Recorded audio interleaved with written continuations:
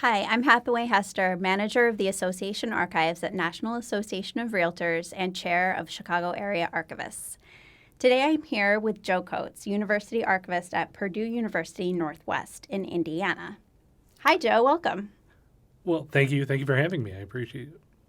I am so excited to be speaking with one of our Indiana constituents from CAA. Yeah, there's not too many of us, but we are there, and I thought it'd be a nice opportunity to come up and say welcome from Northwest Indiana. Thank you. Yeah. And you're the University Archivist at Purdue's Northwest campus. Yes. And can you tell me what the University Archives collects? Oh, well, yeah. So just a little backstory.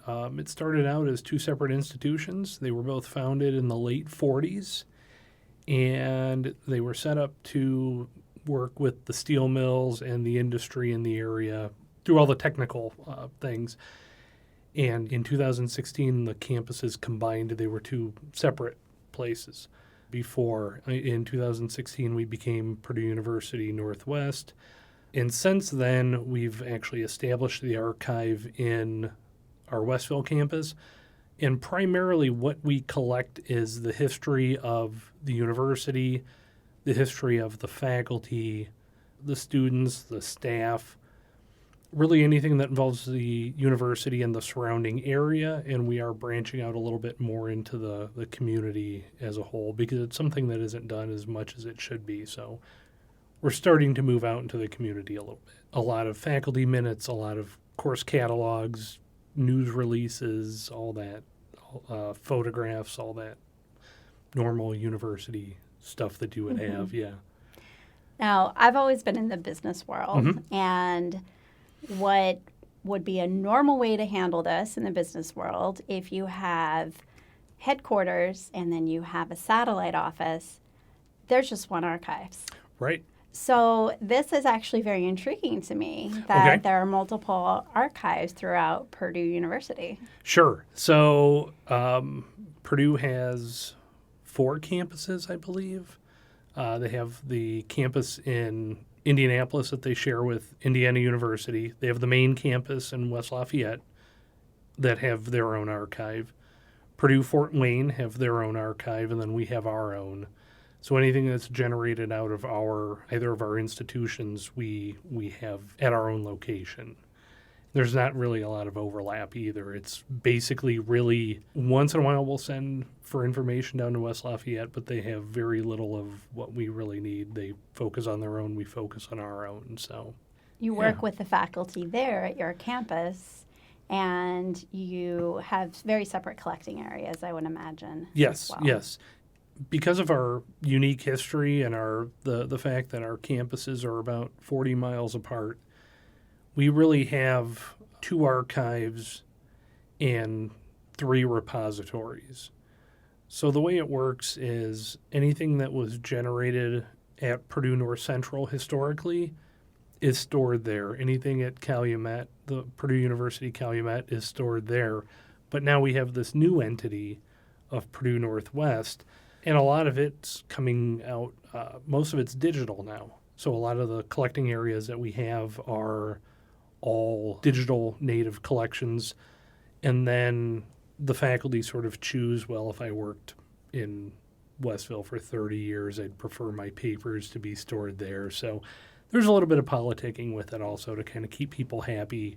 But it works. It works for us. So, yeah, it is a little unique compared to most places where you have one archive for one thing and that's it. So, yeah. And you were mentioning to me when we were talking earlier that you also teach. Yes. Over the summer, we did an independent study for writing and research, and we focused primarily on the history of Northwest Indiana or archival issues. So it was a little bit of a hybrid. We only had 4 students. This semester, we're teaching myself and a professor from the communication department and a professor from the history department are teaching a class on oral history. So it's a pilot program. We have 8 graduate students, and we'll see how it works. So they're a little bit scared because they have to go and interview people, but they should be fine. It should be all right. Yeah, I can see how they feel awkward. interviewing now. This is the first time I've been interviewed, so I can see why they would be apprehensive for it. So, yeah. So that could presumably become a larger program depending on how it goes? Yes. My goals, and I share these with the history department and the university as a whole, is a lot of time when students get a history degree, get a communication degree, get something, they don't really know what they want to do. And going into archives or taking a class in public history or in archival issues at least gives them an idea of what's out there. They can either learn that they really like it or they really don't like it, which is a good option either way before, you spend the money on graduate school and realize that this is not for you. And it gives them real-world practical experiential learning for them. So that's the big goal overall, and then we would like to have at least like a public history option because there aren't too many places that really specialize in public history in the area. So that would be an area for growth, at least in Northwest Indiana. So I think it'd be beneficial. So. And tell me a little bit about your background. Do you have a history background? Oh, I have a strange background. Let's hear it. Yeah, so I went to college and I started at 18 and ended at 19 my first time around. Then I went into the military. I did that and realized that I didn't want to do that either. I was in the Navy for 7 years total. And I got out and I started as a secondary education major. I was going to teach world history, government, and economics. And at the time, the state of Indiana had a requirement for anybody in secondary education. You had to take a course on Indiana history. And it was taught by the archivist at Indiana University Northwest. His name is Steve McShane.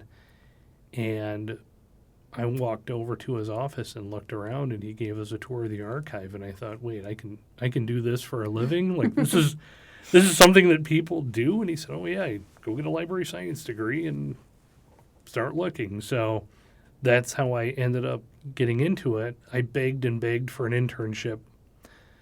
I worked with him for about a year and a half, and right before I graduated, I got a call from a local small Catholic university asking me, or they said that we have a grant, we're going to start an archive, we want an archivist. And he said, well, my undergraduate assistant's graduating, why don't you talk to him? So I worked there 1 day a week, and it turned into full-time doing archive, reference, veteran services, all, when you work at a small university, you have that. And then about 5 years ago, I took the opportunity and went to Purdue. So I've been doing this since 05, 06 in some capacity, either as an undergraduate assistant or as a, now university archivist. So yeah, I had no idea that this is something that you could do, and happy I found it, So that was kind of nice, yeah. So it started as a grant position, presumably just temporary. Yes, it was every Thursday I worked there. It was a grant for $20,000. That was supplies and my salary.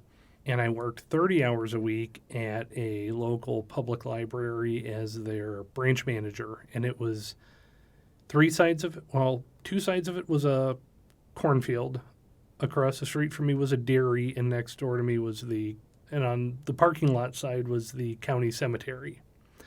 So it was I think it was a mile from town. It was just it was a new building. It was a really nice building. It was kind of a nice job, too. I enjoyed that. But, yeah, working 6 days a week for 2.5 years or so was enough. When the opportunity came to move 2-3 days a week and then eventually full-time, I took every opportunity, and I'm glad I did. It ended up panning out for me in the end, so that was kind of a relief now that I look at it. Mm-hmm.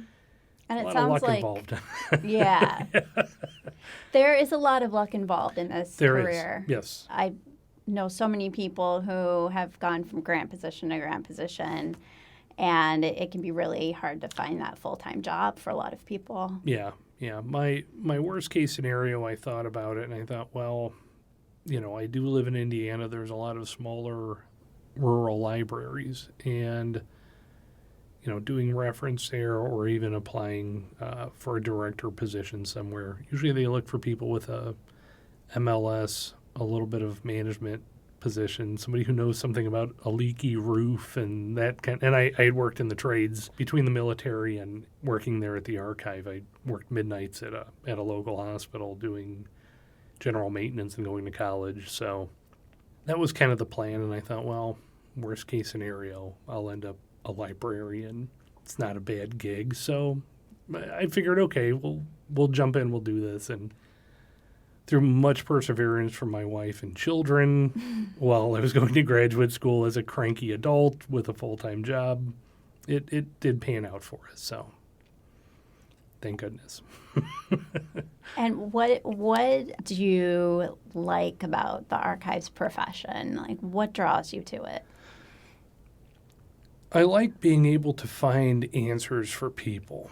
You get a lot of the, it's almost a challenge when they have something strange that you look for. And I also like the fact that I'm helping to preserve the history of the institution, because the way that our university started, it was a very, very local, very almost like what they used to call a commuter campus. You drive in, go to class at night, drive home, and that preserving that history helps to preserve the history of the area too. So that's as corny as it sounds, you after you process a collection or scan some photos or whatever it is that you're doing, you want to make sure that you're leaving a little bit of information in a little bit better condition than you left it for the long term.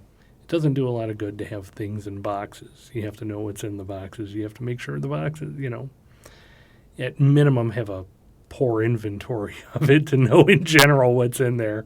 So that's kind of my goal, is to make sure that I'm leaving it a little bit better than I left it the day before. So it's rewarding. It's really rewarding to be able to, especially at a university, it's really when you have students that want to do research and you have students that, this could be their calling. They can be pivotal in preserving the history of something. And if I'm able to help them through deciding to be an archivist or deciding to go into museum studies or something like that, there's a lot of job satisfaction in that. And that's a big part of it. Especially, working with students, that's really my thing I like most about being a university archivist, yeah. What are some new directions you have for the university archives?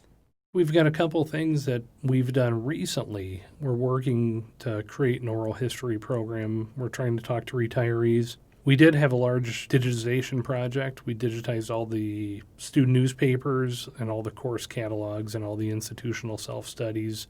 We went through the Internet Archive for that, and that was a great experience because we get a lot of questions on things like newspaper articles and, I took a class in 1986 and I need to know what this was for graduate school. So we were answering a lot of those. It's a little bit disappointing for students when they see that, a chemistry class in 1946 cost $18 instead of, whatever it is now. Moving towards the digitization and moving into the community, we're trying to work with some of the steelworker groups and some of the labor groups to get their history. I feel as if we've reached the point where we need to start branching out, not just from what we do, but into the community to help out local historical societies, things like that. So we're really working to get that done. Getting them to trust you is kind of, is a hard thing. They feel as if they're giving up their great treasures and that. So we're working on it. Hopefully it'll turn out okay. But yeah, that's really about it.